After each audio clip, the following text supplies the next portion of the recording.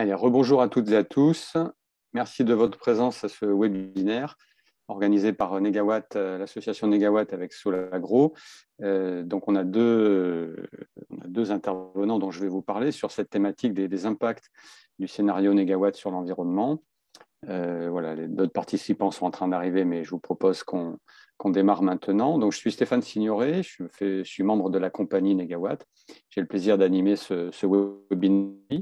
En fait, en l'occurrence, depuis le début de l'année, là, c'est le troisième webinaire thématique que Negawatt organise pour parler de son scénario de transition énergétique. Il y a eu un premier webinaire sur les énergies renouvelables, un second sur les matériaux utiles pour cette transition et aussi les limites qu'on peut y voir à l'usage de ces matériaux. Et on aborde aujourd'hui un sujet très important qui est bien sûr les impacts de ce type de transition sur l'environnement en général, puisque bien sûr on aborde classiquement la question des gaz à effet de serre, mais il y a bien sûr d'autres impacts à prendre en compte, notamment celui de la biodiversité. On a deux intervenants avec nous aujourd'hui pour nous parler de ce thème. Christian Couturier, qui est directeur général de Solagro et président de Negawatt, et Caroline Gibert, qui est responsable de l'activité agroécologie biodiversité de Solagro. Ce webinaire va se dérouler en deux temps. Il y aura une première partie de présentation plutôt orientée climat et biodiversité, à l'issue de laquelle vous pourrez poser des questions, et puis une deuxième partie sur d'autres sujets, et on aura de nouveau à la fin une partie d'échange entre intervenants et participants. Alors pour tous les participants, je vous indique que pour poser vos questions, vous devez utiliser l'onglet questions et réponses, pas l'onglet discussion. L'onglet discussion, c'est le chat un peu classique. Vous pouvez dire bonjour, c'est ce que vous faites d'ailleurs, merci beaucoup, bonjour à tous. Mais vraiment pour vos questions précises, utilisez l'onglet questions-réponses.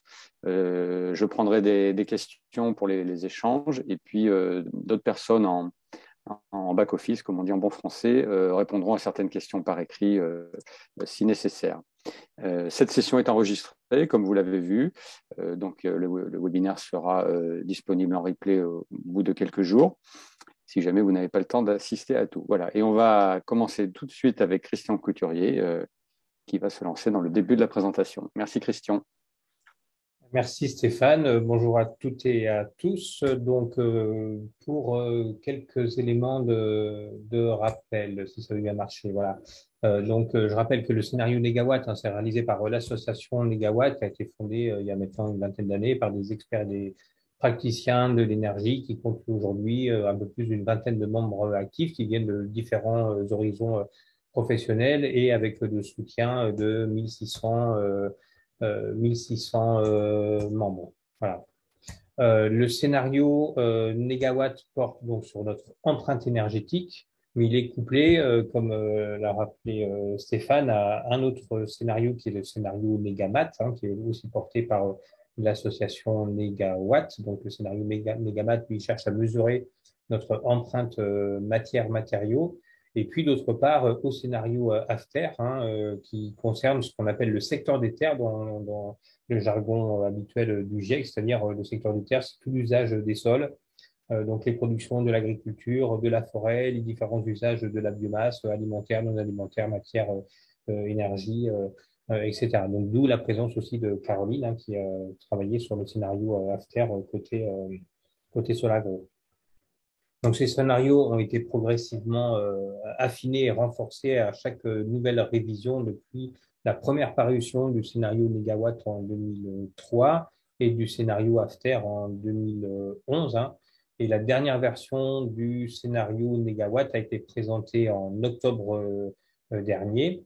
Et les rapports associés sont en cours de publication. Il y a 5 chapitres qui ont déjà été publiés, qui sont disponibles sur le site internet de Negawatt. Et puis, il y en a un sixième qui comprend justement tout le sujet qui nous rassemble aujourd'hui, à savoir les impacts environnementaux du scénario Negawatt. Caroline. Et la nouvelle édition du scénario After sera quant à elle publiée en octobre 2023.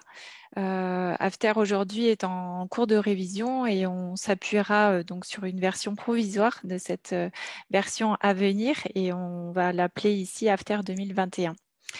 Donc, le sujet que nous allons traiter aujourd'hui, les effets du scénario négawatt sur l'environnement, est vaste, comme vous allez pouvoir le constater, et on le verra notamment sur la biodiversité. Il est difficile à saisir à partir d'une seule métrique simple, comme par exemple les émissions de gaz à effet de serre ou bien un niveau d'autosuffisance énergétique. Donc, on va pas aujourd'hui, on n'a pas la prétention de vouloir épuiser le sujet, mais voilà, on considère que l'approche qu'on propose aujourd'hui est assez inédite à notre connaissance. Donc, nos scénarios reposent fondamentalement sur la recherche d'un nouvel équilibre entre deux limites, à savoir celle des planchers ou des minima en deçà desquels la vie en société serait trop dégradée, et celle des plafonds au-delà desquels ce sont les conditions de la survie de nos sociétés et des écosystèmes qui sont elles-mêmes menacées.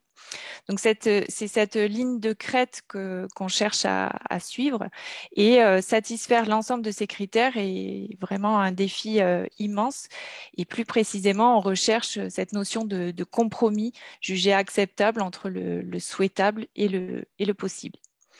Donc, les limites planétaires que nous questionnons avec nos scénarios concernent à la fois donc, le climat, bien entendu, l'usage des terres et l'occupation des sols, le bouclage des cycles biogéophysiques de l'azote et du phosphore, l'intégrité de la biosphère, les ressources en eau douce et, dans une certaine mesure, ce qu'on désigne comme les nouvelles entités. Nous ajoutons à cela tout ce qui va concerner les ressources géologiques et minières dans nos analyses, même si celles-ci aujourd'hui ne sont pas considérées en tant que telles comme des limites planétaires. Et côté plancher, donc notre analyse repose sur une notion développée autour des objectifs de développement durable de l'ONU, donc à partir des 16 autres ODD que le changement climatique, et c'est à partir de cette grille qu'on va mobiliser plus ou moins fortement les différentes options qui participent de la transition écologique, donc énergétique et climatique. Alors, pour rappel, donc, la démarche Négawatt, elle est construite à partir du triptyque que vous connaissez tous, je pense, donc triptyque sobriété, efficacité et renouvelable. Et son originalité dans les démarches de prospective repose sur la priorité qui est donnée à la question de la maîtrise de la demande en services énergétiques et au questionnement de nos modes de vie. Et ensuite, on cherche à réduire la quantité d'énergie nécessaire à la satisfaction de ces besoins et à assurer cette fourniture d'énergie à partir d'énergie renouvelable.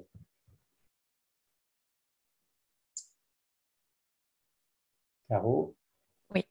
La démarche AFTER vise à imaginer donc un nouvel équilibre des usages de la biomasse entre l'alimentation humaine, l'alimentation animale, la fourniture de matériaux et d'énergie, la fertilité des sols et la nature et la biodiversité, comme vous pouvez le voir représenté sur ce schéma.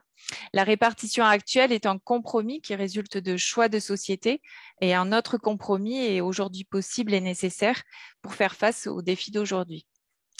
Donc, le scénario AFTER cherche à répondre à un ensemble d'enjeux, donc au premier rang desquels on va retrouver le climat et l'adaptation au changement climatique et la préservation de la biodiversité, mais aussi aux questions de santé humaine, de qualité de la vie et des ressources. Il actionne de nombreux leviers côté demande d'abord, en s'inspirant de la démarche Négawatt, notamment avec un changement de régime alimentaire, avec plus de végétal et moins d'animal, et côté offre ensuite, avec notamment le changement de pratiques agricoles. Et donc, ça constitue un peu les deux piliers d'AFTER aujourd'hui. Donc, le système agricole proposé dans AFTER s'appuie sur les principes de l'agroécologie et va mobiliser, selon les contextes, différentes pratiques qui permettent de produire en minimisant le recours aux intrants externes et en maximisant les services écosystémiques. Donc, vous pouvez trouver beaucoup d'informations sur la plateforme dont vous trouvez le lien ici, qui s'appelle OSAE, qui met en avant justement les pratiques agroécologiques mises en place dans des fermes par les agriculteurs. Donc, nous allons donc maintenant passer en revue les réponses que nous proposons et donc on va commencer par le climat. Donc, sur les questions du climat, donc c'est un thème qui est largement abordé dans les différentes présentations habituelles du scénario négawatt. Donc, pour un rappel rapide, le scénario négawatt vise à supprimer la totalité des émissions de CO2 d'origine fossile, et le scénario after, lui, vise à diviser par un peu plus que deux les émissions de méthane et le protoxyde d'azote d'origine agricole. Donc, le scénario parvient à la neutralité climatique sur le périmètre des émissions sur le territoire métropolitain en 2047 et en 2050 si on raisonne en empreinte carbone, c'est-à-dire si on tient compte des émissions qui sont associées à nos importations et à nos exportations. Et donc ça, en supposant bien sûr que le reste du monde suive une trajectoire de décarbonation qui soit similaire à celle suivie par le scénario négawatt. Et donc, la neutralité climatique est atteinte en mobilisant des puits de carbone biologiques pour compenser ces émissions résiduelles de méthane et de protoxyde d'azote qui sont assez peu compressibles de l'agriculture. Même si on a divisé par deux, on peut difficilement aller beaucoup plus loin. Et donc, on suppose que les puits de carbone de la forêt vont se maintenir au niveau actuel, ce qui n'est pas du tout assuré, bien que dans notre scénario, on ait une augmentation des surfaces boisées de 3 millions d'hectares. Et l'augmentation du puits de carbone biologique, ça va provenir principalement du poste, ce qu'on appelle le poste UTCATF, donc l'usage des terres et changement d'usage des terres. Donc, on va mobiliser les principaux leviers qui sont identifiés dans l'étude 4 pour 1000 de l'INRAE, donc le développement des haies, de l'agroforesterie, les couverts végétaux, les boisements des terres agricoles, etc. Et donc, ce poste actuellement, ce poste usage des terres et changement d'usage des terres, c'est une source nette de CO2 aujourd'hui. Et demain, ça deviendrait un puits net de carbone. Mais attention, c'est un puits net de carbone qui est en quantité finie. En 2050, le stockage additionnel commence à diminuer et ces puits sont par ailleurs réversibles. Il est possible que le climat accélère en fait les phénomènes de déstockage de carbone du sol. Donc, notre parti pris, c'est donc de donner la priorité à la diminution des émissions de gaz à effet de serre. Et ensuite, on mobilise les puits biologiques en seconde priorité et on conserve intacts les puits géologiques potentiellement pour les utiliser éventuellement après 2050. Donc, dans nos scénarios, on mobilise des solutions qui offrent des bénéfices multiples, à savoir conserver et restaurer la biodiversité. Donc, les solutions de stockage de carbone dans les terres agricoles participent à la construction d'infrastructures agroécologiques, comme on peut voir ici un réseau de haies, par exemple, entretenu, et offrent de nombreuses aménités environnementales et sociales. Donc, on va retrouver là tout ce qui va être valeur esthétique, par exemple, d'un paysage, la valeur patrimoniale de ces paysages, ou encore la conservation de certains espaces maintenus par de l'agropastoralisme, par exemple. Elle contribue aussi souvent à réduire la vulnérabilité au changement climatique. C'est le cas, par exemple, avec l'implantation de frênes fourragers pour des périodes de jointure pour les animaux. Les infrastructures agroécologiques jouent un rôle clé dans ce qu'on appelle la lutte biologique par conservation et gestion des habitats, puisqu'elles permettent d'offrir le gîte et le couvert aux auxiliaires de culture qui vont pouvoir réguler les ravageurs dans les parcelles cultivées. Et elles abritent aussi, bien sûr, les pollinisateurs, donc qui vont contribuer à la pollinisation des cultures et ainsi à la production. Et ces infrastructures agroécologiques participent à la construction des trames vertes qui assurent la continuité écologique des habitats et donc la circulation des espèces sur nos territoires. Voilà, donc ce qui nous fait la transition directement vers le deuxième sujet qui est la biodiversité. L'effondrement de cette biodiversité qui est très médiatisée aujourd'hui est une réalité. On connaît les causes directes et les causes premières. Donc, les causes directes sont par ordre d'importance le changement d'usage des terres ou des mers, l'exploitation directe des ressources, le changement climatique les diverses pollutions et les espèces envahissantes. Les causes premières relèvent, elles, plutôt de facteurs socioculturels, démographiques, économiques, et ils sont aggravés en fait par la faiblesse des institutions et la mauvaise gouvernance, et peuvent être renforcés, comme malheureusement on le constate aujourd'hui, en cas de conflit et d'épidémie. Donc, in fine, ce que soulignent les travaux conjoints à la fois du GIEC et de l'IPBES, qui est l'équivalent du GIEC, mais du point de vue des services écosystémiques et de la biodiversité, c'est que ces causes sont également celles à l'origine du changement climatique anthropique. Et on peut ajouter que ce sont aussi les causes responsables du dépassement des différentes limites planétaires qu'on a pu voir. Aujourd'hui, 6 de ces 9 limites planétaires sont dépassées largement. La réponse ne peut donc être que structurelle, et c'est à une transformation en profondeur qu'il faut appeler. Donc, pour lutter contre le changement climatique, on dispose d'indicateurs assez simples sur le plan théorique et qui reposent sur une notion de budget de carbone déclinable selon les territoires, les secteurs économiques et les trajectoires temporelles. On peut calculer des budgets de carbone individuels ou des contenus carbone de biens et de services.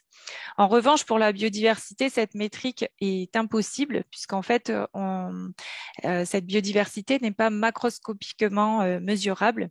Elle dépend effectivement de l'échelle de l'observation, et on n'a pas aujourd'hui un seul indicateur calibré. Donc, vous voyez ici différentes tentatives qui ont été proposées avec différents indicateurs qui sont cités pour l'approcher, mais qui ont toutes leurs limites théoriques et pratiques. Aucun exercice de prospective aujourd'hui, à notre connaissance, ne permet de mesurer correctement les impacts sur la biodiversité. Donc, c'est pourquoi nous, à Solagro, on a choisi en fait de compiler plutôt plusieurs indicateurs de pression sur cette biodiversité, comme par exemple l'indice de fréquence de traitement, ou encore la quantité d'azote minéral utilisée par hectare, ou encore la proportion d'infrastructures agroécologiques, donc bandes enherbées, etc., ramenées à la surface agricole utile. Donc, on va publier à la rentrée un rapport qui portera donc sur la biodiversité dans le scénario AFTER et comment AFTER finalement contribue à cette biodiversité. Et on organisera un webinaire de restitution le 10 novembre, donc vous pouvez déjà prendre date, où ces aspects seront développés plus longuement.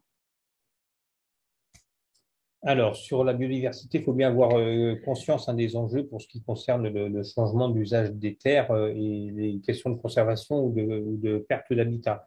La cause principale de perte de biodiversité par changement d'usage des terres, c'est l'anthropisation croissante des milieux et qui est due premièrement à l'expansion de l'agriculture au niveau mondial et secondairement au développement des surfaces artificialisées, au mitage des milieux par les infrastructures. Et la déforestation, c'est pas uniquement celle qui se déroule actuellement au Brésil ou en Indonésie, hein, c'est aussi celle qu'on a connue en Europe avec le développement de l'agriculture, et ça peut remonter à plusieurs milliers d'années.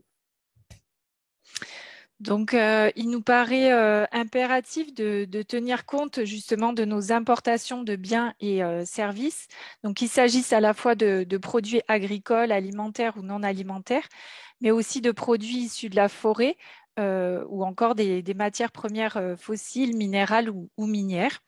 Donc, de la même façon que nous avons raisonné en empreinte carbone et pas simplement en émissions sur le territoire national, voilà, il faut envisager de raisonner en empreinte biodiversité et agir sur les effets directs et indirects. Donc, les leviers d'action aujourd'hui, en ce qui concerne les produits issus de la biomasse, sont connus, et un des socles, c'est celui de la sobriété dans nos modes de vie, qui rejoint le scénario Négawatt, mais également d'autres leviers comme l'efficience, la relocalisation et la substitution, et nous donnant aussi une place importante aux questions d'équité, et notamment au travers de labels durables.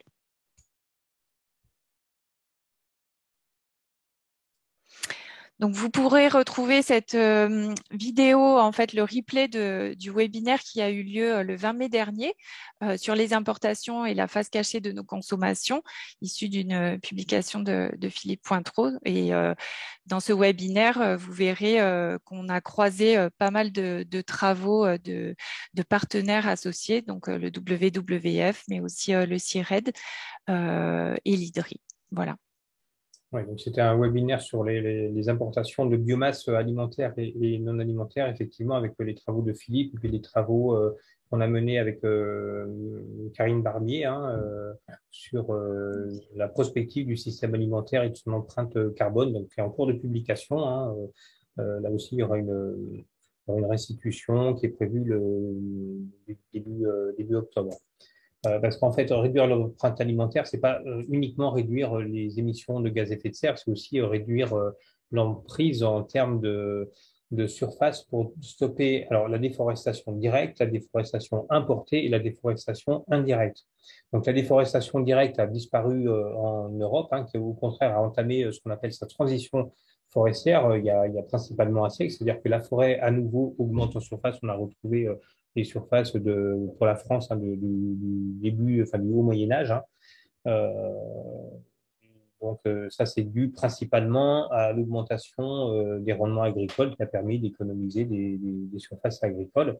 Par contre, notre mode de vie actuel, lui, participe à la déforestation via nos importations. Donc ça, c'était l'objet du webinaire dont Caroline vient de parler, à commencer par les importations de soja pour l'alimentation du bétail. Ça, c'est la principale source de déforestation due à nos consommations.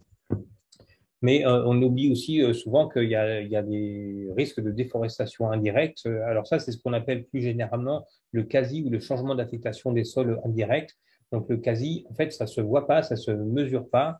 Sa prise en compte ou non modifie beaucoup l'empreinte carbone des produits agricoles, alors qu'il s'agisse des biocarburants, mais qu'il s'agisse aussi des produits issus de l'agriculture biologique. Donc là, sur cette question-là, on a typiquement un compromis à trouver, c'est-à-dire que les productions plus extensives comme l'agriculture biologique vont nécessiter plus de surface que les productions plus intensives, et donc elles vont impacter négativement ces questions de carbone importé par cet effet quasi, de changement d'affectation des sols indirects.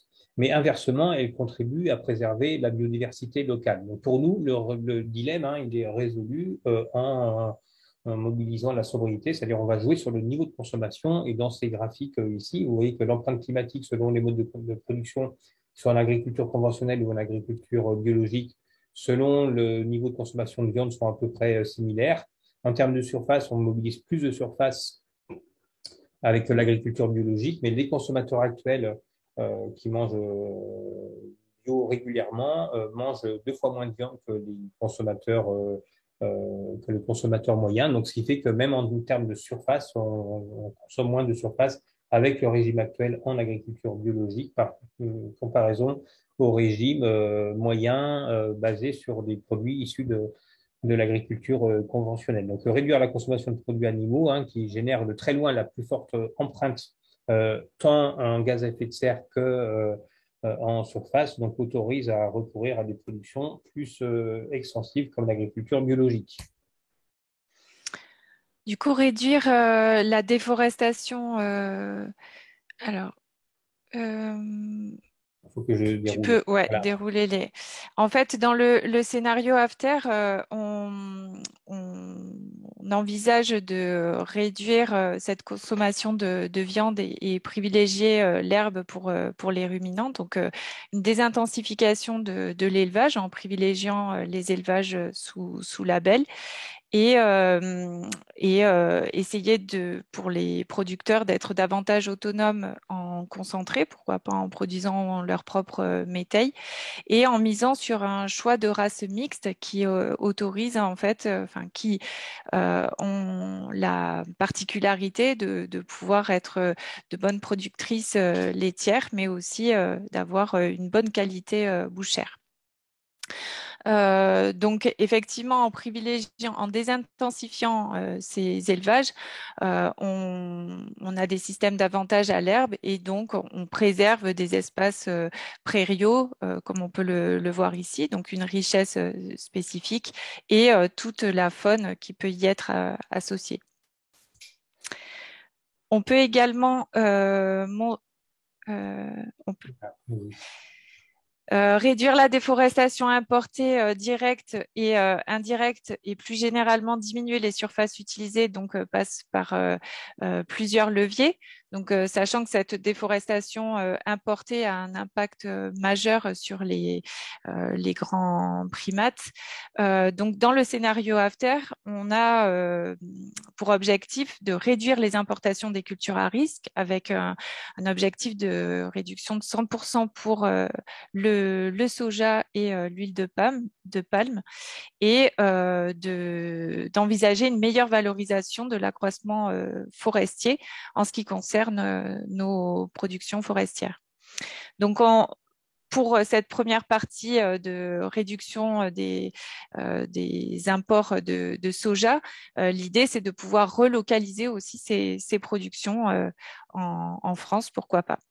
Mais toujours en veillant à ce que cette relocalisation entraîne un gain net pour la biodiversité. Il y a toujours ce souci-là. On peut également modérer sa consommation de café. Alors, on peut peut-être passer à la suivante. Café et de chocolat. Mieux recycler les papiers cartons pour diminuer les importations, réduire la consommation de bois tropicaux, réduire les différents usages de l'huile de palme. Et de façon générale, cibler en priorité donc les produits présentant le risque le moins important en termes de déforestation importée. Relocaliser les productions, donc comme je l'ai dit, en fait, l'idée, c'est vraiment que ça présente un gain environnemental et social. Donc, on peut aussi envisager de remplacer le soja importé par des légumineuses locales. Ou encore le jus d'orange par du jus de pomme et augmenter notre production locale de bois pour réduire les importations de bois d'œuvre et de bois d'industrie. La conservation des habitats va passer également par différents leviers de l'agroécologie et dans le scénario AFTER, il y a une ambition très forte qui est de réduire l'impact premier, on va dire, des pesticides sur cette biodiversité en envisageant une réduction de l'ordre de 90%. Donc, en misant sur une agriculture à très bas niveau d'intrants, puisqu'on a pour objectif d'avoir 70% de fermes en agriculture biologique et 30% en production intégrée. Donc, vraiment essayer de combiner différents leviers, plutôt de l'ordre prophylactique, et voilà, en dernier recours, à avoir recours à du curatif. Et donc, l'idée, c'est vraiment de valoriser aussi tout ce qui va être infrastructure agroécologique, comme on l'a évoqué tout à l'heure. Et un des leviers majeurs, ça va être la diversification, et ce, à toutes les échelles. Donc, depuis le choix des semences jusqu'à l'échelle paysagère, en diversifiant les assolements et en essayant de constituer une mosaïque de paysages. Et l'idée aussi derrière, c'est de pouvoir préserver des savoir-faire locaux et les patrimoines biologiques en fait spécifiques à chaque territoire. Alors, pour terminer sur ces questions de l'usage des terres et élargir au-delà des questions de l'agriculture, on va passer de paysages pétroliers à des paysages de l'après-pétrole. Il faut rappeler que l'ère du pétrole, c'est d'abord la promesse d'une énergie abondante et bon marché, et nos sociétés ont cru pendant un temps pouvoir s'affranchir des contraintes physiques, abolir le temps, la distance, et l'étalement urbain, le mitage des territoires n'ont été rendus possibles que grâce à l'usage généralisé de la voiture individuelle, de la même façon que le décentrement et la concentration des lieux de commerce dans les zones commerciales périurbaines. Et donc sortir de cette ère d'énergie abondante et bon marché, c'est remettre en cause ces modèles d'urbanisme et d'aménagement du territoire, et ça veut dire construire des paysages de l'après-pétrole. Alors dans nos scénarios, on fixe un objectif de zéro artificialisation nette, hein. Donc, une des conditions, c'est de limiter l'étalement urbain. Donc, dans le scénario mégawatt, hein, le nombre de constructions neuves diminue très fortement. Alors, il y a une première raison qui est une raison d'ordre démographique, mais ça ne suffit pas, hein. Et dans un souci de triple économie, donc d'énergie, de matériaux et d'occupation de l'espace, on va chercher à stabiliser le nombre d'occupants par logement, par exemple, hein. Donc, on va privilégier des formes d'urbanisation plus compactes. Alors, évidemment, ça ne veut pas dire, comme on l'a entendu, entasser des vieux dans des tours, hein, c'est ce qui nous a été reproché parfois, ou supprimer des maisons individuelles, hein, donc interdire la construction de pavillons. Mais au contraire, nous, on cherche à isoler les logements du point de vue thermique, mais on ne cherche pas l'isolement des personnes, c'est plutôt le contraire. Donc, à Solagro, on a estimé les surfaces nécessaires aux infrastructures de production et de transport de l'électricité dans différents scénarios de RTE. Et les surfaces les plus importantes sont les centrales photovoltaïques au sol, mais ce ne sont pas des surfaces artificialisées, puisque nos observations de terrain montrent que des coactivités agricoles sont parfaitement possibles. Et au total, pour une solution 100% énergie renouvelable, on parle de quelques dizaines de milliers d'hectares. Donc, pour comparaison, l'artificialisation des terres aujourd'hui en France, c'est 15 à 58 000 hectares par an, selon la définition adoptée. Et la loi fixe un objectif de division par 2 dès 2030 et de 0 en 2050. Donc, la valeur la plus haute dans les scénarios RTE est aujourd'hui de 750 hectares par an, ce qui est loin de ce qu'on peut Et dans constater. nos calculs, on ne déduit pas les surfaces altérées par l'exploitation actuelle, hein, des énergies fossiles. Alors d'ailleurs, c'est une des difficultés de ce type d'exercice, parce que c'est assez facile d'observer des atteintes à la biodiversité des ouvrages qu'on voit sous nos fenêtres, mais on a plus de mal à concevoir et à imaginer les impacts sur toutes les chaînes d'approvisionnement en énergie fossile et fissile, d'ailleurs, hein, que ce soit la production, le transport, le raffinage, la distribution, puis avec des effets directs comme les marées noires, mais il y a aussi des effets indirects, des effets induits comme la dégradation des habitats dans les zones d'exploitation pétrolière ou gazière, etc.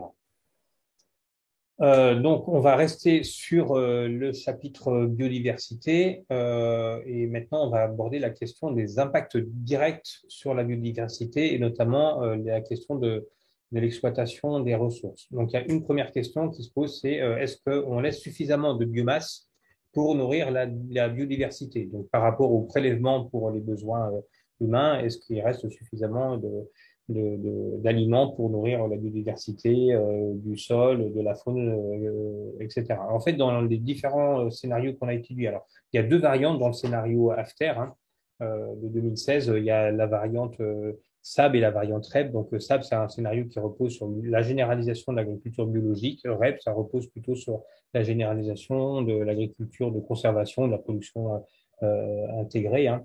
En fait, il y a assez peu de différence en termes de production primaire nette de biomasse agricole, hein, et dans tous les scénarios, on se situe entre 4100 et 4400 pétajoutes. D'ailleurs, c'est le scénario tendanciel qui produit le moins, hein, voilà. Et dans After, en fait, il y a moins d'animaux, il y a plus de bioénergie, mais finalement, tout compte fait, les quantités qui sont conservées ou qui sont restituées au sol, en fait, sont très proches dans les différents scénarios. On peut noter aussi que dans le scénario SAB, hein, donc basé sur 100% d'agriculture biologique, on a moins d'exportation vers l'étranger, alors que dans le scénario REP, on a plus que dans le scénario After central. Donc, c'est vraiment une question d'équilibre du curseur, mais globalement, les grands équilibres sont pas très différents d'un scénario à un autre. Alors, pour la forêt, l'enjeu, c'est de savoir comment on peut augmenter les prélèvements, donc aujourd'hui qui sont estimés à 50 millions de mètres cubes, hein, à 70 millions de mètres cubes, donc dans les années 2040. Hein, donc ça, c'est le scénario After 2021.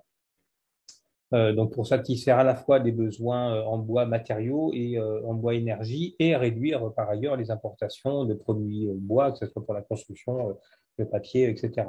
Et on a aussi des fortes incertitudes sur les capacités d'adaptation des espaces forestiers. Donc pour faire face à ces incertitudes, la meilleure réponse probablement, hein, c'est de diversifier les stratégies d'adaptation pour augmenter les chances de réussite. Et ça, c'est à déterminer massif par massif en fonction des essences et du contexte. Donc ça, c'est le principe de ce qu'on appelle la forêt mosaïque, hein, avec des types de gestion qui sont différenciés, c'est-à-dire qu'on peut avoir des espaces en libre évolution sur des peuplements sains qui ne nécessitent pas d'intervention humaine, par exemple, hein, mais on peut aussi avoir des coupes sanitaires avec replantation d'espèces adaptées, et puis la mise en gestion aussi de forêts privées qui sont, pour une grande partie, actuellement non gérées. Dans After, on prévoit aussi une augmentation des surfaces boisées d'une façon générale, hein, donc, et notamment dans les régions de grande culture. Je parlais de 3 millions d'hectares de forêt supplémentaires. Ces 3 millions d'hectares sont pris principalement dans les plaines céréalières, hein, et pas uniquement par une évolution spontanée des anciennes prairies du fait de la déprise agricole. Et dans ces nouvelles formations boisées, on peut en avoir de toutes sortes, hein, incluant aussi des plantations de protection des zones de captage d'eau, par exemple. On y reviendra. On va passer à la pêche.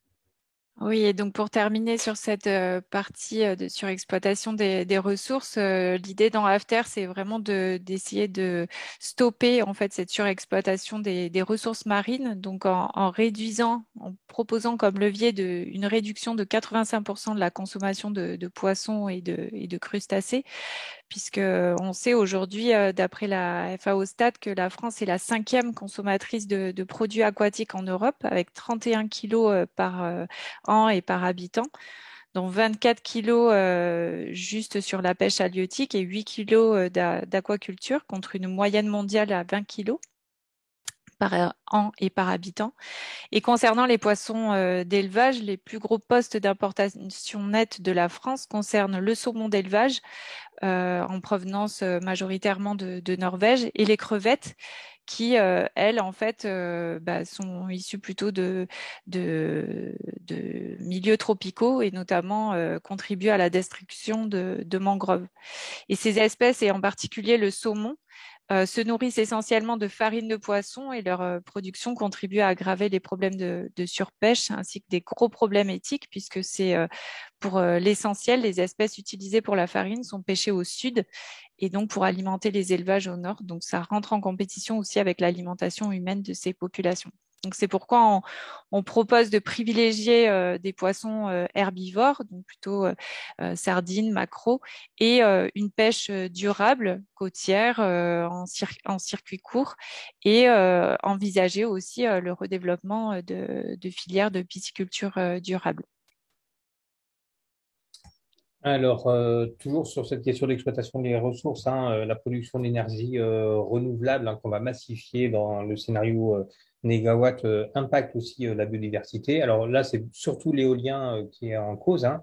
Alors, on sait que la part de l'éolien dans la mortalité des oiseaux est bien inférieure, et de très très loin, hein, à celle des parois vitrées des immeubles, aux chats, aux lignes électriques, aux véhicules, etc. Et si les populations d'oiseaux diminuent partout en Europe, hein, la cause principale, encore une fois, c'est certainement pas l'éolien, c'est de loin l'agriculture. Donc à la fois perte d'habitat, effondrement des populations d'insectes, pollution d'hiver, etc. Donc même en multipliant les éoliennes, comme dans le scénario négawatt, les impacts sur la vie faune seront bien inférieurs à l'ensemble de ces causes cumulées. Et au contraire, hein, en restaurant les habitats, en réduisant l'usage des pesticides, on devrait restaurer aussi les populations d'insectes et d'oiseaux. Mais là, on touche aussi aux limites de l'exercice, c'est-à-dire qu'on peut difficilement comparer la mortalité du roitelet ou du rouge-gorge, hein, qui ne sont pas des espèces menacées, qui sont abondantes, avec celle du milan royal ou de l'aigle Le de Bonelli. Bonelli, par exemple, hein. Donc, en tout cas, il y a des solutions pour minimiser ces impacts, hein. Donc, il y aura forcément des impacts, mais on peut chercher à les minimiser. Alors, une solution simple, c'est d'arrêter les éoliennes.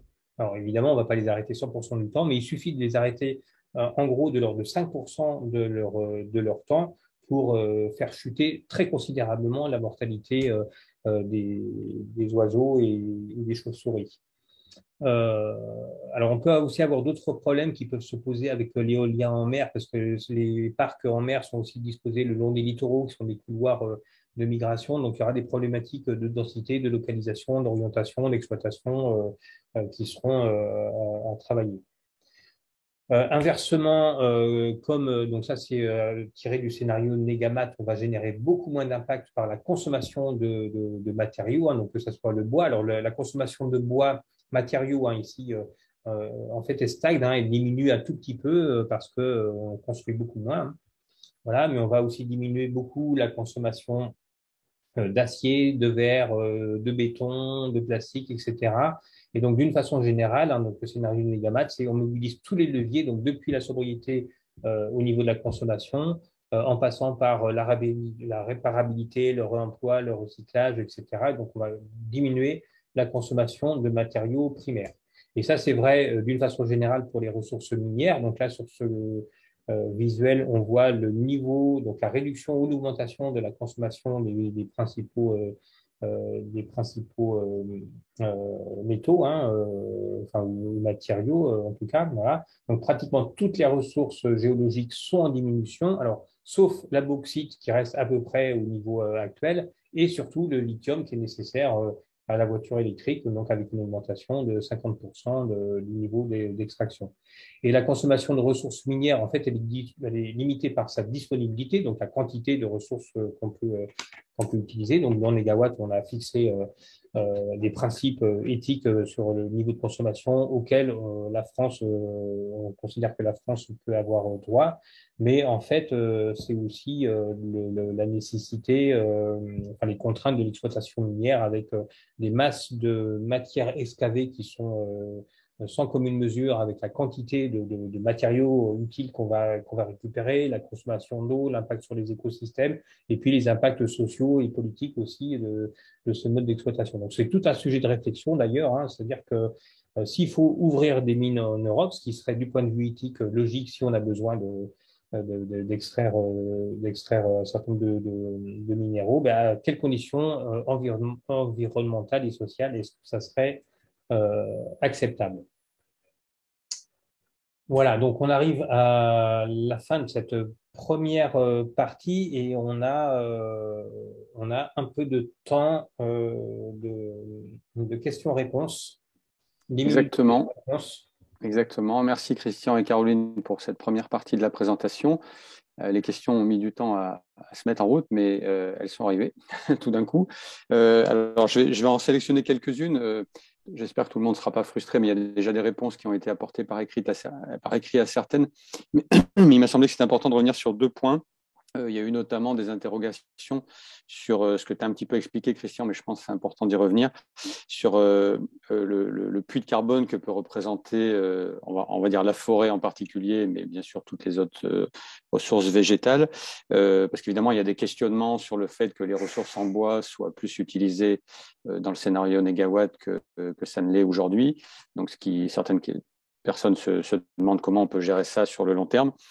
Et inversement, je me dis, il y a beaucoup de gens qui commencent à militer pour qu'on replante énormément de forêts, voire qu'on sanctuarise des zones forestières pour ne plus avoir d'usage humain dans ces forêts. Voilà, est-ce que tu peux peut-être redire un petit peu comment on trouve l'équilibre entre des zones où on peut faire de l'usage sans que ça soit, on ne transforme pas les forêts en désert, voilà, comme quelqu'un a dit dans sa question. Et inversement, est-ce que c'est vraiment pertinent de créer des zones totalement vides d'activité humaine? Alors, c'est bien des questions qui sont au cœur des polémiques actuelles sur la forêt. Donc, en gros, vous avez deux grands courants. Le courant qui vise à protéger intégralement les forêts actuelles, un autre courant qui vise plutôt à vouloir régénérer les forêts pour les aider à faire face au changement climatique. Et entre les deux, en fait, il y a des controverses scientifiques qui ne sont pas tranchées de notre point de vue, et le débat reste ouvert. Donc, d'où la proposition de travailler sur ce qu'on appelle cette gestion mosaïque, c'est-à-dire que ça va dépendre des contextes et on ne peut pas avoir de vision globale et générale. En tout cas, nous, ce qu'on alerte, c'est sur le fait que les stratégies qui reposent beaucoup sur du stockage biologique de carbone dans les forêts sont des stratégies avec des grosses incertitudes parce que ce stockage de carbone est réversible. Aujourd'hui, on ne sait pas si ce qu'on va stocker dans les forêts, ça va partir en incendie, ça va être mangé par les insectes, ça va être abattu par les tempêtes, etc. Donc ça, on y reviendra aussi un petit peu tout à l'heure, hein. Donc, il y a des grosses incertitudes. Donc, c'est pour ça que nous, on privilégie plutôt les stratégies de substitution, enfin de réduction du niveau d'émissions de gaz à effet de serre. Il faut être méfiant sur un recours beaucoup plus important aux puits biologiques, sachant que la dernière révision des puits biologiques de la forêt, en fait, il n'y a pas eu de plus d'exploitation de la forêt française que ça ces dernières années. Par contre, le puits de carbone de la forêt est en train de diminuer et de façon significative. Donc, on a eu 4 années de sécheresse successives qui ont sans doute impacté ce puits de carbone de façon assez conséquente et on ne sait pas du tout comment ça va se poursuivre. Et donc, tous les objectifs qui sont fixés au niveau européen d'augmenter très significativement ces puits biologiques, pour nous, sont vraiment à mettre en regard par rapport aux autres options et ça serait vraiment dangereux de vouloir miser là-dessus. Et puis penser que la forêt va faire face toute seule au changement climatique, alors c'est possible, c'est pour ça qu'il y a des peuplements sains qui seront peut-être pas menacés, qui vont arriver à se régénérer, mais d'autres sur lesquels la végétation dégradée pourra pas repartir spontanément. Donc il faudra en partie de l'exploitation forestière et en partie d'essayer de la libre évolution. Et c'est pour ça que c'est pas une stratégie unique, c'est une multiplicité des stratégies qui seront adaptées en fonction des massifs. D'accord, très bien, merci. Alors, on a une petite question là, je prends vite fait. Quelqu'un fait remarquer, effectivement, à juste titre, que pour les personnes pas habituées au monde agricole, il y a parfois des acronymes ou des termes qu'on n'a pas l'habitude d'utiliser, peu communs pour nous. Et il donnait l'exemple du métail, en demandant Oui, qu'est-ce que c'est. le métail, c'est des cultures, enfin, c'est un mélange de céréales et de légumineuses. Et en général, le métail est à destination de l'alimentation animale. Et certaines cultures associées, par contre, sont comme par exemple le blé associé à du pois, euh, peut être aussi à destination d'alimentation humaine. D'accord, merci. Voilà. Bon, c'est une petite précision. La personne propose de faire un glossaire pour ceux qui n'y connaissent rien. Peut-être que vous avez prévu ça Désolée pour le. ou sur votre site After ou sur l'agro, on trouve tout ça. Une autre question également sur l'impact des filières de la construction du bâtiment, puisqu'effectivement, il y a dans le scénario Négawatt plus fort usage des matériaux biosourcés, que ce soit le bois d'œuvre, le bois construction, ou bien des ressources comme la paille ou la terre crue. Voilà, donc la personne demande si ces éléments-là ont été pris en compte, notamment par exemple l'accès à la paille. Alors, il y a eu une réponse écrite, mais je pense que ça peut être intéressant d'y revenir Oui, maintenant. alors oui, ça a été pris en compte. Alors, sur la paille, donc en fait, les volumes, ils sont relativement limités par rapport à la production, mais ça, on a pris en compte les volumes nécessaires à la construction. Sur le bois, tout a été calculé. On a une forte pénétration du bois dans la construction. Alors, que ça soit construction neuve ou que ça soit rénovation d'ailleurs, hein. Mais en fait, ce qu'on a calculé, c'est que vu le nombre de nouvelles constructions, même si on a des taux de pénétration du bois qui sont bien plus importants que ce qu'on a aujourd'hui, alors je ne sais plus les chiffres, mais Thomas nous confirmera, mais c'est plus de 80%, je crois, du bois dans la construction neuve. En réalité, la consommation de bois d'œuvre a plutôt tendance à diminuer. Donc l'effet augmentation du taux de pénétration ne compense pas l'effet réduction du nombre de constructions.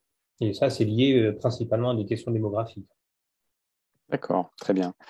Bon, on a encore un petit peu de temps devant nous, on va continuer à prendre quelques questions. Alors, je pense qu'il est aussi important de revenir sur le point que tu as développé un moment, Christian, sur le fait que l'agriculture bio demande plus de surface, mais que globalement, comme il y a a priori moins de consommation de viande, on gagne des surfaces qui étaient dédiées à certains types d'élevage ou de nourriture pour les élevages. Et donc, au final, on utilise moins de surface, c'est ça? Et on baisse Au les émissions final, de gaz à effet de serre c'est ou pas? Parce ça. que je pense qu'il y a eu une incompréhension peut-être de Tout à quelques fait. personnes. C'est-à-dire qu'on vise à la fois à réduire les surfaces et les émissions de gaz à effet de serre. Et donc c'est la diapo que j'ai montrée que vous pouvez retrouver dans les études qu'on a réalisées pour l'ADEME récemment, hein, sur l'empreinte sol, énergie et climat des différents modes de consommation alimentaire, où La problématique, c'est qu'à niveau de consommation égal, l'agriculture bio demande plus de surface. Bon, c'est un peu comme vous pouvez faire le parallèle avec l'énergie, c'est-à-dire qu'à niveau de consommation d'énergie égale, il faudrait beaucoup plus d'énergie renouvelable que ce qu'on a mis dans le scénario. Et si on arrive à faire des scénarios que nous, on juge acceptables du point de vue du nombre d'éoliennes, de surfaces photovoltaïques, de consommation de ressources, etc., c'est parce qu'on a réduit la consommation. Mais pour l'alimentation, c'est pareil. Il faut d'abord réduire la consommation. Donc, la consommation qui impacte le plus, c'est de loin la consommation de produits d'origine animale. Donc, premièrement, la viande, le lait, mais aussi les œufs, etc. Et donc, il faut réduire le niveau de consommation. Et c'est parce qu'on réduit le niveau de consommation qu'on peut produire bio, donc extensifier les productions tout en économisant quand même des surfaces. Voilà, sachant que les modes de production bio qu'on a mobilisés dans les scénarios, c'est pas tout à fait les mêmes modes de production bio qu'aujourd'hui, c'est-à-dire que il y a aussi des cultures associées, il y a aussi des cultures intermédiaires, enfin, il y a une multiplication, enfin, il y a des évolutions des systèmes de production en agriculture biologique par rapport à ce qu'on voit aussi aujourd'hui. D'accord. On a une question assez précise sur le fait de savoir si vous avez pris en compte l'aquaculture. Enfin, en l'occurrence, la question a été posée avant que vous parliez de la pêche, mais la personne demandait spécifiquement si notamment vous aviez utilisé ou pris en compte tout ce qui peut être fait avec les algues. Voilà, est-ce que c'est un apport qui peut être… Alors, non, on n'a pas pris en compte. Donc ça, c'est une des améliorations possibles pardon, du scénario AFTER. C'est-à-dire que, comme disait Caroline, sur la pêche, on a été enfin, très prudent dans les ressources et donc, du coup, très drastique dans les préconisations avec une très forte réduction de la consommation de poissons, ce qui pose par ailleurs plein de soucis sur le plan nutritionnel, hein. Donc, on a préféré être prudent par rapport à ça parce que les ressources halieutiques, on pense qu'elles ne vont pas se reconstituer. Donc, est-ce que l'aquaculture, la pisciculture durable, hein, comme on l'a évoqué, peut prendre le relais, dans quelles proportions, avec quelle consommation de ressources, etc. Donc, ça, c'est des choses qu'on n'a pas bien creusées. Mais il y a des programmes en cours qui sont menés aujourd'hui par l'IFREMER, hein, inspirés de AFTER. Donc, au départ, c'était un programme qui s'appelait AFMER en écho à AFTER. Alors, ça a changé de nom, c'est plus celui-là maintenant. Mais en tout cas, il y a des travaux qui sont en cours là-dessus pour calculer donc quelles sont les ressources durables, hein, les ressources halieutiques durables, et en fonction de ces ressources-là, recalculer combien est-ce qu'on peut consommer de poissons de mer, hein. D'accord, merci. Alors là, il y a plusieurs questions qui sont arrivées pendant que tu parlais, notamment sur la mise en œuvre politique de tout ce qui est dans le scénario After et Negawatt aussi d'ailleurs. Donc à la fois des gens demandent est-ce que vous faites des actions pour faire passer ces idées-là ou est-ce qu'il va y avoir une nouvelle forme d'acceptation sociale pour tout ce que vous mettez dans vos modèles, notamment j'imagine l'agroécologie, les changements de mode alimentaire. Voilà, j'allais même dire, moi, rajouter là-dessus, est-ce que ça veut dire qu'il faut qu'on ressuscite des vocations je vais dire, de paysans, d'agriculteurs? Voilà, comment on amène quand même une nouvelle forme de production dans la société, de production alimentaire notamment, comment on peut mettre ça en place? Ou en tout cas, commencer à pousser des leviers, que ce soit au niveau français ou au niveau européen d'ailleurs. Alors, Vas-y. Tu compléteras. Le scénario a fait office de pas mal de déclinaisons sur des régions et a pu se traduire voilà, au travers de 4 régions initialement et puis petit à petit au travers de plans alimentaires territorialisés. Donc où là en fait c'est une traduction sur un territoire et où on essaie justement d'ajuster comme Christian l'a précisé. C'est vrai que on n'essaie pas de répondre qu'à un seul enjeu. Il y a vraiment cette prise en compte et cette approche systémique qui nous est chère et donc on essaie de combiner un petit peu tous les enjeux pour atteindre un maximum d'objectifs fixés par le scénario et faire avec l'existant quand même malgré tout pour pas que ça soit non plus des choses qui soient trop en rupture avec l'existant. Je sais pas Après, Christian, si tu veux compléter, mais Après, voilà, enfin, c'est comme on est confronté aux mêmes problématiques avec Negawatt ou avec After, enfin, avec tous les scénarios qu'on produit, c'est-à-dire qu'on cherche à inspirer les pouvoirs publics à travers, là en ce moment, c'est l'exercice de la stratégie française énergie-climat, on essaie de porter nos propositions.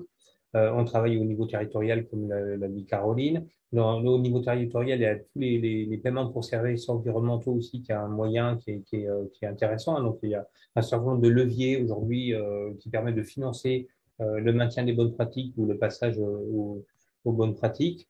On a eu une occasion manquée avec la PAC, hein, donc la politique agricole commune, qui n'est pas du tout à la hauteur, très loin sans faux, des enjeux environnementaux. Donc, ça veut dire que il faudra travailler sur la prochaine PAC, il faut travailler sur la révision à mi-parcours ou utiliser les quelques leviers qui existent, mais ils sont assez faibles. Hein.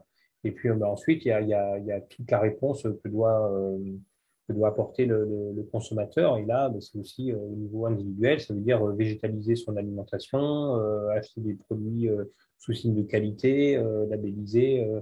Etc. Et entre les deux, il y a aussi toutes les politiques en termes de restauration collective. Hein, par exemple, la ville de Grenoble qui vient de décider que les repas végétariens seraient la norme et les repas avec produits animaux seraient l'option. Ça ne veut pas dire que c'est interdit de manger, bien sûr, des produits animaux, mais on inverse un peu la charge de la preuve. C'est-à-dire que la norme devient les produits, enfin les repas végétariens et les repas avec produits animaux deviennent l'option qu'il faut demander. après, c'est D'accord. vrai qu'on travaille aussi avec à la fois les agriculteurs, donc vous avez pu le voir au travers de la plateforme Osae, donc essayer d'accompagner des collectifs justement dans ces changements de pratiques, donc à l'échelle aussi de coopératives, et on essaie d'intégrer l'ensemble des parties prenantes et aussi les entreprises agroalimentaires pour voilà qu'il y ait un espèce de partage aussi de toute la chaîne de valeur et de communication autour de ces objectifs et de ces enjeux en tout cas. D'accord. D'ailleurs, pour finir sur ce thème, cette première série de questions, je me demandais, tout à l'heure, vous évoquiez au sujet de la biodiversité la difficulté de mesurer l'état réel d'évolution de la biodiversité, et vous utilisiez des indicateurs de pression. Est-ce que, par exemple, les filières agricoles sont réceptives à ce type d'indicateurs de pression, ou il y a encore là-dessus pas mal de pédagogie à faire? Ils sont réceptifs. Après, il y a certains indicateurs, comme par exemple la taille moyenne des parcelles, qui est un indicateur assez facile à calculer aujourd'hui avec les données déclarées par l'agriculteur auprès de la PAC. Et on voit que dans les grandes régions céréalières, enfin voilà, parler de diminuer la taille moyenne des parcelles, c'est quelque chose qui est encore un petit peu compliqué, y compris avec des agriculteurs bio. Donc voilà, ça nécessite toujours de la pédagogie et c'est d'avancer en fait sur ces questions, sur le pourquoi aussi. Et je pense que voilà aussi réfléchir en diversification de cultures. Voilà, ça peut être un premier pas. Et puis petit à petit, intégrer des bandes enherbées ou des bandes fleuries ou plus tard des haies. Ça peut être le pas d'après. Très bien, merci beaucoup. Bon, juste pour rebondir sur Oui, ta question, on n'a pas de problème pour mesurer l'effondrement de la biodiversité. On a des problèmes pour L'intégrer dans anticiper les son prospectives. évolution dans les scénarios de prospective. Parce que là, par définition, on ne peut pas mesurer ce qui n'existe pas encore. Mais la mesure de la biodiversité aujourd'hui, elle est bien mesurée, elle est bien connue et malheureusement, tout montre qu'elle s'effondre. Dans tous d'accord. les domaines, hein, tous les taxons, etc. Merci pour cette précision. Je vous invite à continuer la présentation et on se retrouve tout à l'heure pour un nouveau lot de questions. Très bien, merci pour vos questions riches qui nous font avancer aussi. Maintenant, on va poursuivre sur cette deuxième partie qui sera plus courte. Hein. On va aborder les questions d'eau, d'air, de santé et de qualité de vie d'une façon générale. Hein. Donc, pour resituer un peu le contexte, parce qu'on voit qu'on aborde beaucoup de sujets différents. Donc, sur l'eau, en fait, historiquement, la qualité des eaux de surface était menacée surtout par des pollutions organiques, autrefois, puis par les pollutions chimiques et métalliques. C'était dû au rejet des établissements industriels, des villes, etc. Donc, aujourd'hui, ces pollutions, donc ça, c'est le petit graphique en bas à gauche qui montre que ça a beaucoup diminué. Donc, ça, c'est grâce aux politiques de collecte des eaux usées et de traitement avec des effets qui sont très significatifs depuis la mise en place des politiques de l'eau dans les années 60. Donc, les pollutions sont désormais principalement les pollutions diffuses d'origine agricole. Donc, la consommation d'engrais azotés et phosphorés diminue, mais les surplus d'azote peuvent être quand même encore assez élevés. Et dans la plupart des bassins versants, on constate une diminution de la pollution des eaux de surface, à la fois dans les rivières, donc c'est la carte de gauche, et dans les eaux souterraines à droite. La situation s'est améliorée dans le Grand Ouest notamment, mais elle reste quand même problématique toujours dans le bassin parisien. Et pour le phosphore, la situation est un peu plus contrastée. En Bretagne notamment, la situation s'est dégradée. Mais aujourd'hui, c'est quand même surtout la présence des pesticides qui est préoccupante. Vous avez sans doute vent ou vu la carte des pesticides à l'échelle communale qu'on a récemment sortie. Et on voit ici que la situation se dégrade un petit peu de partout. Et on observe bien sûr que la situation est critique dans les régions de grande culture et notamment bassin parisien et nord de la France. Alors, par ailleurs, le changement climatique va modifier significativement le cycle de l'eau. Donc, à l'horizon 2050, l'évapotranspiration potentielle va augmenter. Donc, ça, c'est lié à l'augmentation des températures. Donc, les écoulements vont diminuer. Donc, c'est la différence entre ce qui tourne d'un côté, la pluie, et ce qui repart de l'autre, c'est l'évapotranspiration. Donc, ça, c'est des écoulements. Donc, c'est ce qui arrive au sol et ce qui potentiellement va recharger les nappes phréatiques, les cours d'eau, etc. Donc les écoulements vont diminuer et le rechargement des nappes va être problématique. Les débits des cours d'eau vont diminuer. Et dans la seconde moitié du siècle, on aura aussi, en plus de ça, une diminution accrue des précipitations. Donc on aura un effet de ciseau, c'est-à-dire qu'on aura toujours l'évapotranspiration potentielle qui va continuer à augmenter, parce que les températures continuent d'augmenter et les précipitations qui vont diminuer. Et donc, les écoulements, c'est moins 30% en 2050 par rapport à aujourd'hui. Et donc, à la fin du siècle, on ne sait pas encore vraiment dire, mais la situation va vraiment être extrêmement préoccupante. Donc, on s'attend à des fortes baisses de la recharge des nappes d'ici 2050, pratiquement partout en France métropolitaine. Donc, souvent, on voit beaucoup de régions, on est à moins 20%. Et dans le sud-ouest, ça peut aller jusqu'à moins 50%. Et dans l'Aude, c'est même au-delà de 50% de recharge des nappes qui est attendu par rapport à aujourd'hui. Et puis, on voit aussi que le débit des cours d'eau, on a aussi une diminution qui peut être de moins 50%, là aussi dans le sud-ouest, dans tout le bassin Garonne notamment est impacté, mais aussi la Seine, enfin tous les bassins versants sont affectés par une diminution des débits moyens annuels. On est sur du débit moyen annuel des cours d'eau, donc là on ne parle même pas de débit d'étiage. Tous les écosystèmes seront impactés. Par exemple, dans les Pyrénées, on sait que les glaciers auront disparu avant 2050 et on ne disposera plus de réserves en eau. La forêt, notamment, Christian l'a évoqué un petit peu tout à l'heure, mais elle va particulièrement souffrir de ce manque d'eau et ça va la rendre encore plus sensible au risque d'incendie, mais aussi aux maladies, aux ravageurs et aux tempêtes, donc à aléas climatiques qui vont se multiplier, qui vont se conjuguer et on peut parler vraiment d'une crise systémique pour la forêt française et européenne.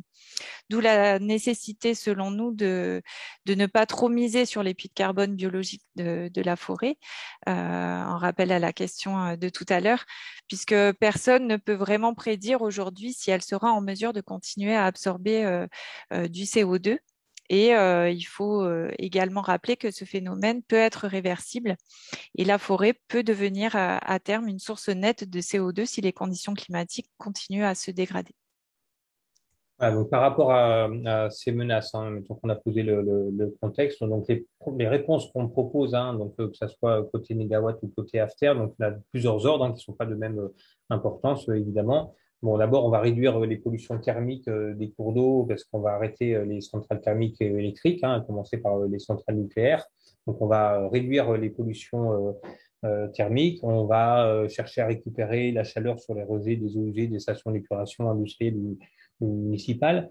Bon, mais ça, c'est relativement anecdotique. Par contre, il va falloir s'attendre à devoir piloter l'hydroélectricité, donc non plus en fonction du besoin du système électrique principalement, mais presque exclusivement, en fait, en fonction des besoins nécessaires pour maintenir la qualité biologique des milieux aquatiques. Et donc, on va mobiliser les réservoirs hydrauliques pour restituer l'eau au milieu en été et pas du tout pour turbiner en hiver pour faire face aux pointes de consommation d'électricité. Donc l'électricité sera plus du tout pilotable du point de vue du système électrique, donc pas plus que l'éolien ou le photovoltaïque. Donc ça va rajouter un aléa sur le système électrique qui peut se gérer, il faut le prendre en compte. Mais en tout cas, il faut l'intégrer, selon nous, dans les modélisations d'équilibrage du système électrique. Ensuite, donc, il faut diminuer les menaces sur la qualité, comme on a pu le voir, en généralisant l'agroécologie, donc avec une forte diminution des pesticides, dont une récente expertise collective INRAE, IFREMER, a montré en fait qu'ils étaient vraiment présents partout, y compris en milieu marin. Et il faut essayer de tendre vers une forte diminution des fuites de ces éléments nutritifs dans les milieux, donc que ce soit l'air ou l'eau.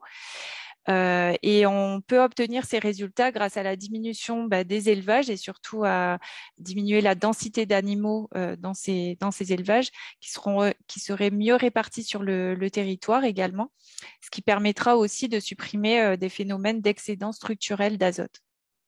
Donc, la généralisation des cultures intermédiaires, donc c'est-à-dire les cultures qui se positionnent entre deux cultures de rente et des infrastructures agroécologiques en général permettra de mieux conserver ces nutriments puisque en fait par leurs racines elles peuvent capter ces éléments et d'augmenter la teneur en matière organique des sols, ce qui joue aussi un rôle sur la rétention des nutriments et sur la capacité de rétention en eau des sols. Alors, il y a une dimension importante aussi de lutte contre le changement climatique qui est l'adaptation. Donc, c'est vrai particulièrement sur l'agriculture, on l'a vu aussi sur la forêt. Donc, on va diminuer la consommation d'eau globalement en été pour l'irrigation d'un facteur 2, je crois. Par contre, on va maintenir le volume global d'eau consommée pour l'irrigation et on va même augmenter les surfaces irriguées parce qu'on prévoit d'augmenter la production de légumes et ça consomme de l'eau. On aura aussi sans doute besoin, plus qu'aujourd'hui, d'irriguer les céréales, donc plutôt au printemps, et les légumineuses. Donc, on veut développer les légumineuses, mais les légumineuses, dans beaucoup de situations, il faut pouvoir irriguer. Alors, c'est pas forcément de l'irrigation en été, donc pas pendant les périodes de plus forte tension.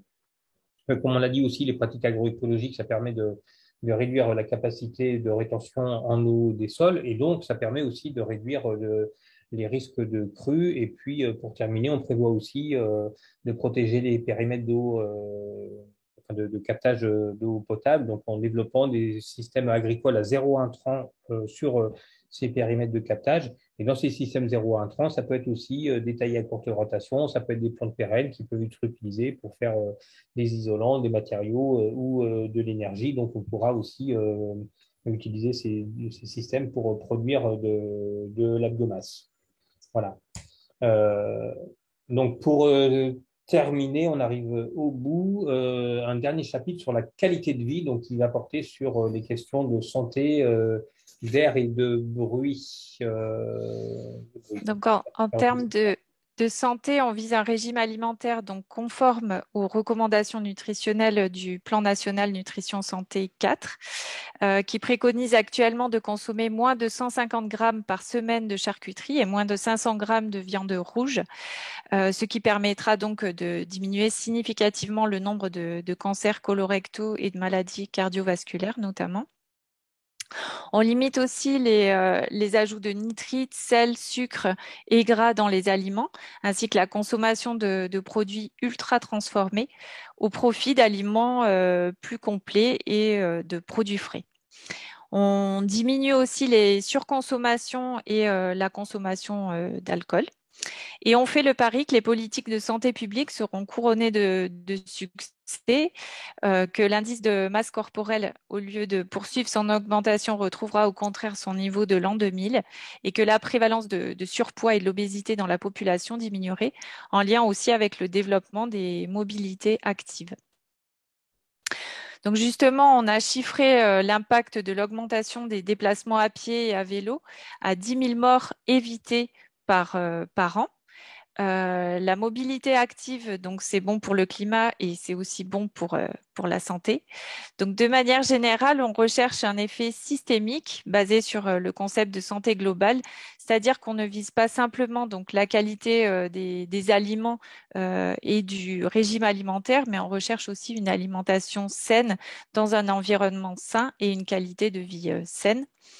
D'où aussi le souhait de se passer autant que possible des pesticides, dont l'effet négatif sur la santé humaine est largement démontré.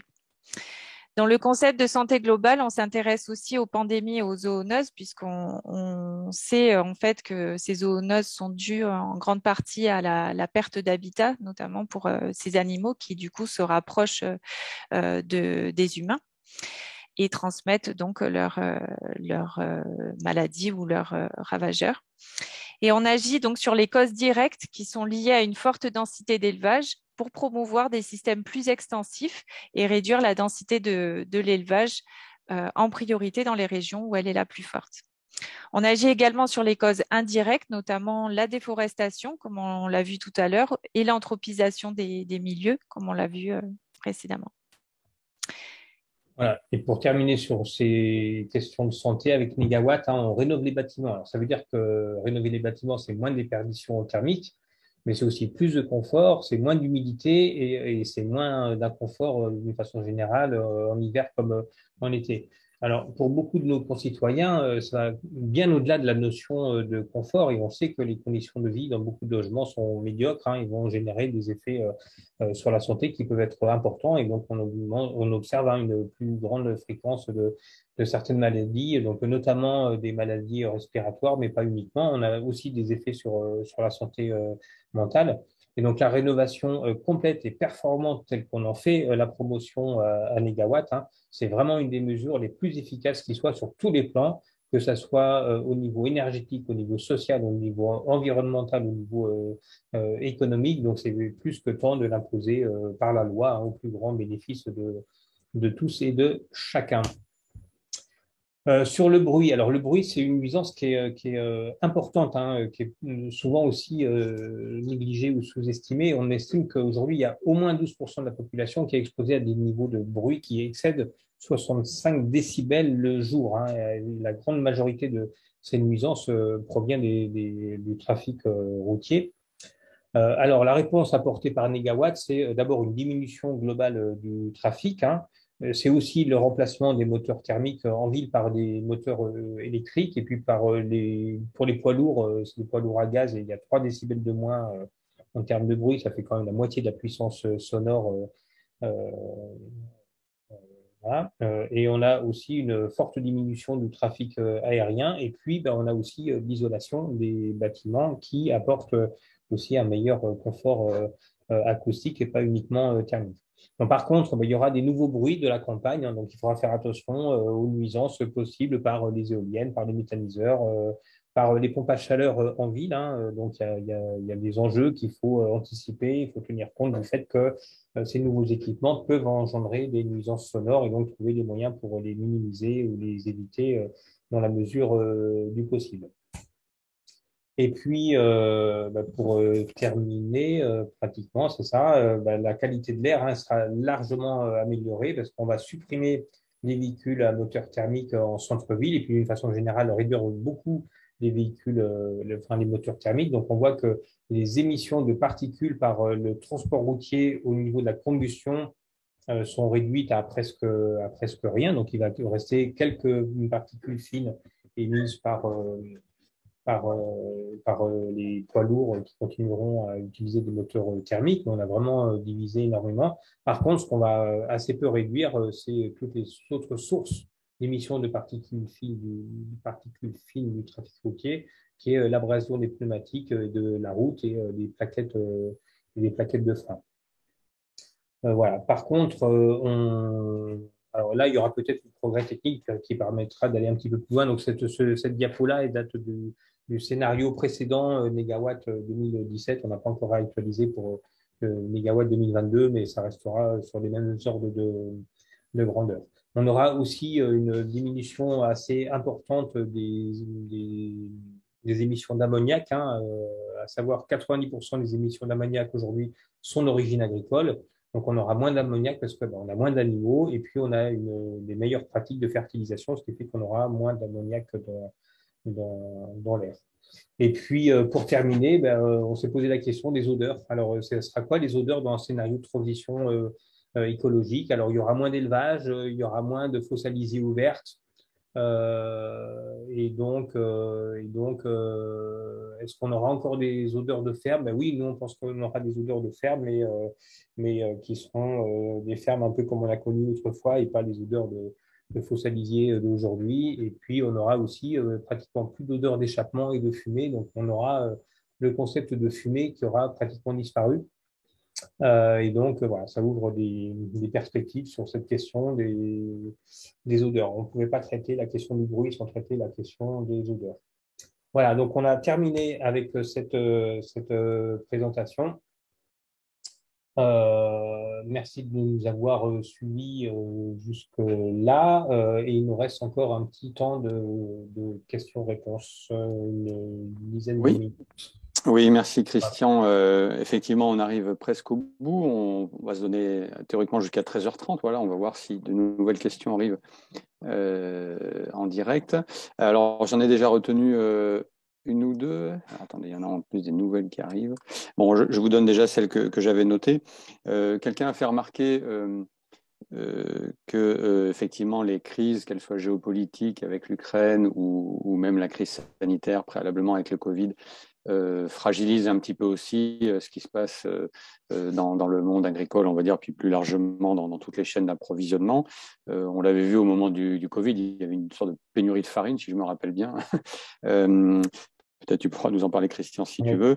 Voilà. Et du coup, la question qui se pose, c'est comment. Alors, est-ce qu'on peut prendre ça en compte? Bien sûr, ce sont des événements malheureusement inattendus et bien malheureux. Et je me disais qu'en lien, peut-être, tu pouvais revenir sur cette idée de relocaliser certaines activités, c'est-à-dire par rapport à des importations qui existent aujourd'hui et dont on est dépendant, pour lesquelles voilà, il y a une certaine fragilité qu'on voit bien aujourd'hui. Quel type de relocalisation serait propice à nous permettre des systèmes plus résilients, en tout cas pour nos approvisionnements à nous, et voire même avec des impacts positifs en termes de biodiversité et de pollution? Alors, c'est des questions qui sont tout à fait majeures. On a publié une série de notes, elles sont disponibles sur le site de Solagro suite à la guerre contre l'Ukraine, sur le blé, sur le maïs, sur les céréales consommées par les animaux, etc., où on cherche à montrer, déjà faire la part des choses entre voilà, le monde dépendant du blé, de l'Ukraine et de la Russie. Alors, c'est une réalité, mais qui doit être largement pondérée. Il y a eu un article dans Le Monde de Nicolas Bricasse qui explique que la crise agricole qu'on vit aujourd'hui, en fait, son origine, c'est pas du tout ce qui se passe en Ukraine et en Russie. Les racines sont bien plus profondes que ça. C'est lié à un système agricole et alimentaire aujourd'hui qui est pas organisé. Si je reviens sur la pénurie de farine, alors un pays comme la France ne peut pas être en pénurie de farine. On a 5 millions d'hectares de blé, on exporte la moitié de notre production Et donc, on n'a pas eu de pénurie de farine. Par contre, on a eu des pénuries de sacs de farine. C'est-à-dire qu'on n'avait pas des usines d'ensachage pour faire des sacs de 1 kg qu'on pouvait trouver sur les supermarchés, parce que tout le monde s'est mis à faire son pain et ses crêpes pendant la première partie de la pandémie. Et donc, on ne trouvait plus de sacs de farine conditionnés dans les supermarchés. On s'est retrouvé avec des sacs en plastique, etc. Pourquoi? Ben parce qu'on n'a pas d'usine d'ensachage, parce que les usines de production des sacs de farine, ils sont pas en France, ils sont en Allemagne, ils sont en Italie, etc. La France, on est un gros pays exportateur de blé dur, mais on est un gros pays importateur de pâtes et de semoule, par exemple. Donc, on expédie du blé dur en Italie et on rachète des pâtes et de la semoule depuis l'Italie. Donc, il y a certainement beaucoup de choses à faire en termes de relocalisation, mais il faut raisonner sur toute la chaîne. C'est-à-dire que ce n'est pas uniquement les productions agricoles qui doivent être relocalisées, c'est toute la chaîne. Hein, parce qu'aujourd'hui, encore une fois, sur cet exemple du blé, ce n'est pas le maillon production qui a pêché, c'est vraiment le maillon de la transformation, de la distribution, etc. Et puis la crise en Ukraine a un point commun avec ce qu'on a connu avec la pandémie, ce qu'on voit aujourd'hui avec le gaz, etc., c'est qu'il y a la question de la logistique qui est insuffisamment interrogée aujourd'hui. C'est-à-dire qu'aujourd'hui, on peut quand même se poser la question de pourquoi est-ce que les stocks de gaz, enfin les stocks européens gérés par Gazprom étaient vides avant l'hiver. Donc, il y a bien une question de stock. Hein. Il faut pouvoir disposer de stock. Et le stockage, ça doit être un outil stratégique. Aujourd'hui, par exemple, on n'a pas on connaît pas l'état des stocks de blé au niveau mondial. L'article de Nicolas Bricas dont je parlais à l'instant dit qu'il y a 5 grandes entreprises au niveau mondial qui gèrent les stocks et il n'y a pas de transparence sur l'état des stocks. Donc, s'il n'y a pas de transparence sur l'état des stocks, il y a de la spéculation. En fait, des phénomènes de spéculation sur les produits agricoles viennent pas d'une absence, enfin, d'une insuffisance au niveau de la production, mais d'une incertitude sur l'état des stocks disponibles, de leur localisation, etc. Voilà. Donc, pour finir de répondre, il y a effectivement beaucoup d'enjeux en termes de relocalisation, mais comme l'a dit Caroline dans la présentation, il faut vraiment voir ce qu'on va relocaliser, qu'est-ce que ça apporte du point de vue environnemental et du point de vue social. On ne relocalise pas pour relocaliser, on relocalise parce que ça peut obéir à des impératifs stratégiques, à des impératifs environnementaux, des impératifs socio-économiques. Ils ne sont pas toujours alignés, ces différents impératifs, donc il faut raisonner produit par produit et puis pas perdre de vue l'ensemble de la chaîne d'approvisionnement sur un produit donné.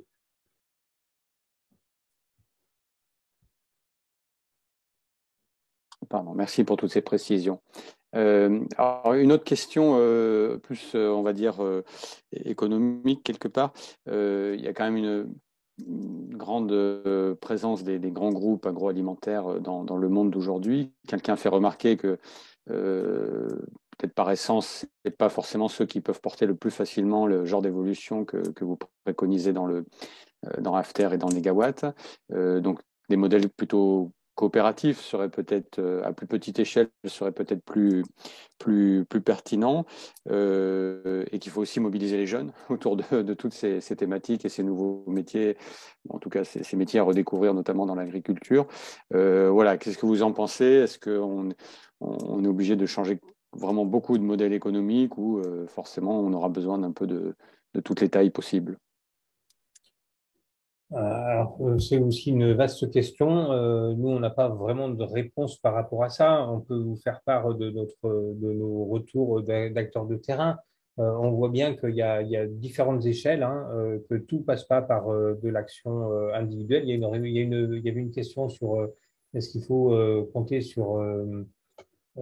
sais plus où est la question, enfin sur l'effort individuel ou pas uniquement. Ben oui, non, mais l'effort individuel est nécessaire, mais c'est une partie très partielle de la réponse globale. On voit bien qu'il y a des échelles de coopération qui sont pertinentes et ça va dépendre si on veut gérer je sais pas, la logistique d'approvisionnement en blé, ça se gère pas au niveau d'une communauté de communes. On a des bassins d'approvisionnement. Aujourd'hui, c'est mondialisé. Bon, mais entre des chaînes mondialisées et puis des chaînes qui sont raisonnées à l'échelle d'une région au sens de l'Europe ou d'un pays comme la France ou d'une région au sens de l'Occitanie, en fait, on a plein d'échelles différentes. Et toutes les échelles, forcément, elles vont devoir être articulées ensemble. Donc, je pense pas qu'il y ait là aussi une seule réponse. Ça va vraiment dépendre des sujets dont on parlait. Donc, le modèle coopératif, forcément, pour nous, nous très bien, hein, mais ça, c'est notre point de vue à nous. Après, il y a des modèles d'entreprise. Enfin, les entreprises doivent se re-questionner. Moi, je ne sais pas ce que va devenir Total avec la transition énergétique et écologique. Est-ce que Total disparaît? Est-ce que Total se reconvertit? Est-ce que Total se fractionne en plein de petites entreprises? Moi, j'ai pas de réponse par rapport à ça. Et c'est vrai Bien. qu'on voit qu'il y a quand même des actions pour lesquelles sans collectif, ça peut être difficile. Par exemple, par rapport à la préservation de races locales ou de, de semences paysannes ou de variétés anciennes. Enfin voilà, il faut qu'il y ait un collectif qui se constitue pour voilà, pouvoir permettre de maintenir ce patrimoine génétique et envisager de le développer. Une personne seule peut avoir l'initiative, mais il faut que ça soit relayé au sein d'un territoire. Euh, D'accord. Alors, L'écologie, ça passe de toute façon par de la transmission de savoir, de la mutualisation. Et nous, les schémas qui fonctionnent le mieux, effectivement, c'est des schémas collectifs. oui, oui. Puis ça passe aussi par une connaissance peut-être plus personnelle et directe de ce qui se passe dans la nature et une sorte de connexion un peu avec les éléments naturels. Alors, j'ai deux questions encore, peut-être pour terminer ce webinaire. Alors, une très précise sur la méthanisation, puis une qui sera un petit peu plus globale pour finir.